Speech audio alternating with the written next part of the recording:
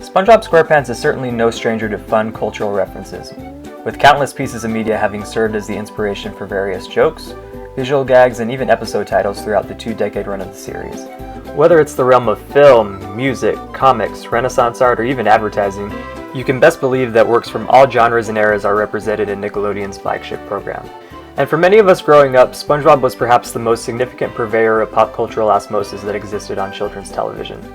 Many of these references stuck with us as we got older, just waiting for us to be exposed to the source material. How many of us heard the "Easy Like Sunday Morning" lyric by the Commodores and immediately thought back to SpongeBob's line in Something Smells? How many of us saw Reagan infamously spinning her head in The Exorcist, and right in the middle of the worst cold sweat of our lives, remembered SpongeBob's reaction to Mrs. Puff removing his good noodle star in New Student Starfish? Or the Flying Dutchman showing SpongeBob and Patrick how to scare people in Shanghai? Sometimes the source material is a bit more obscure to a modern audience. I can definitely say that I would have never heard of Too Loose the Track if not for Squidward the Unfriendly Ghost. There is one particular work referenced in SpongeBob, though, that stands head and shoulders above all others in terms of its implementation. It's a short story that was first read to me in English class in high school, and if the same was true for you, I'm sure you instantly realized that it was the basis for an entire episode. This, of course, is Squeaky Boots, SpongeBob's homage to The Telltale Heart. The Telltale Heart was published by legendary writer and poet Edgar Allan Poe in 1843. The story is told from the first-person perspective of a man who insists that he is not crazy, citing his ability to tell us the following tale as evidence of his sound mind. The narrator goes on to describe an old man with whom he is acquainted, seemingly quite well. He is sure to note that the old man is a good soul, that he's never done the narrator wrong. Something about the old man bothered him, though. It was his eye, milky and cloudy, vulture-like, as the narrator describes. The eye made him so anxious that all he could think about was getting rid of it, somehow. He decided to wait for the right time to make his next move, watching the old man as he slept every night for an entire week. Every night, the man's eye was closed, and the narrator let him be. This was until the 8th night, where our protagonist couldn't take it anymore, telling himself that this would be the night he got rid of the eye. As he opened the door to the old man's room, he made a noise. The old man woke up, and the light from the narrator's lantern shone on his eye. The narrator froze for a while, all the sounds of the room and the house amplified. His attention turned from the old man's eye to the beating of his heart, which got increasingly louder with every second. The narrator said he had to stop it. The old man let out a scream as the narrator smothered him with his own bed. The heart was still. The eye was dead. The narrator celebrated being free of his sensory burden. He knew, though, that he still had a not-so-insignificant problem to take care of. He buried the old man beneath the floorboards of the house, sure that no one would ever be able to detect the slightest bit of foul play. The next thing he knew, the police were knocking on his door. Neighbors had reported hearing a scream earlier. The narrator said it was just him screaming because of a bad dream. He let them in the house, encouraging their investigation and having a plausible answer for every question directed his way. The police found nothing out of order, and the narrator was out of the woods. He asked the officers to sit down with him and have some tea, their chairs placed right over the floorboards which concealed the old man's body. As the conversation progressed, the narrator became increasingly paranoid. He began hearing a noise. It was the beating of the old man's heart, the same beating that drove him to kill the old man just a while earlier. He was certain that the officers could hear it too. How could they not? It was the only sound the narrator could hear. They knew what that was, the narrator thought to himself. They knew he did it. He couldn't go on. He cried out his confession, that he committed the crime. He killed the old man. He then directed the police to the body, underneath the floorboards.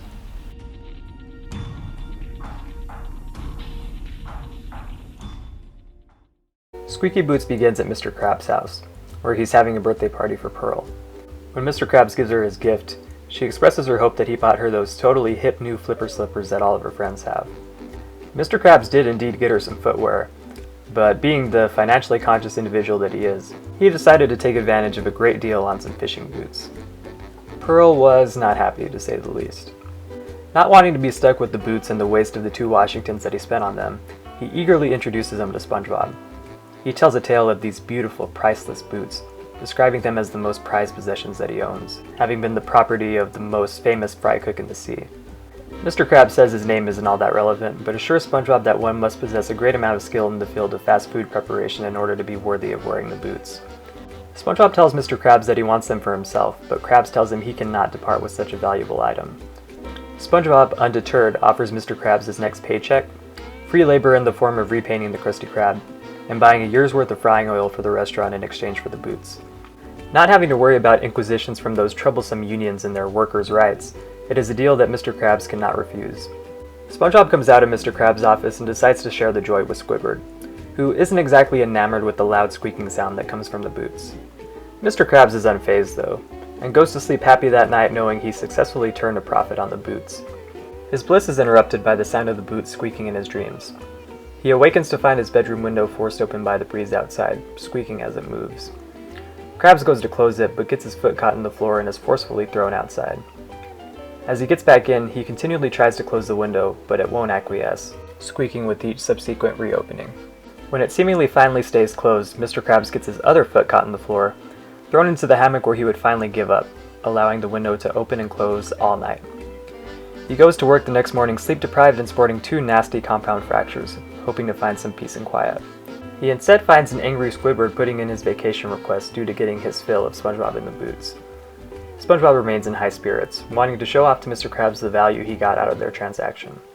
In contrast, Mr. Krabs regrets the deal, being absolutely tortured by the sound of the boots.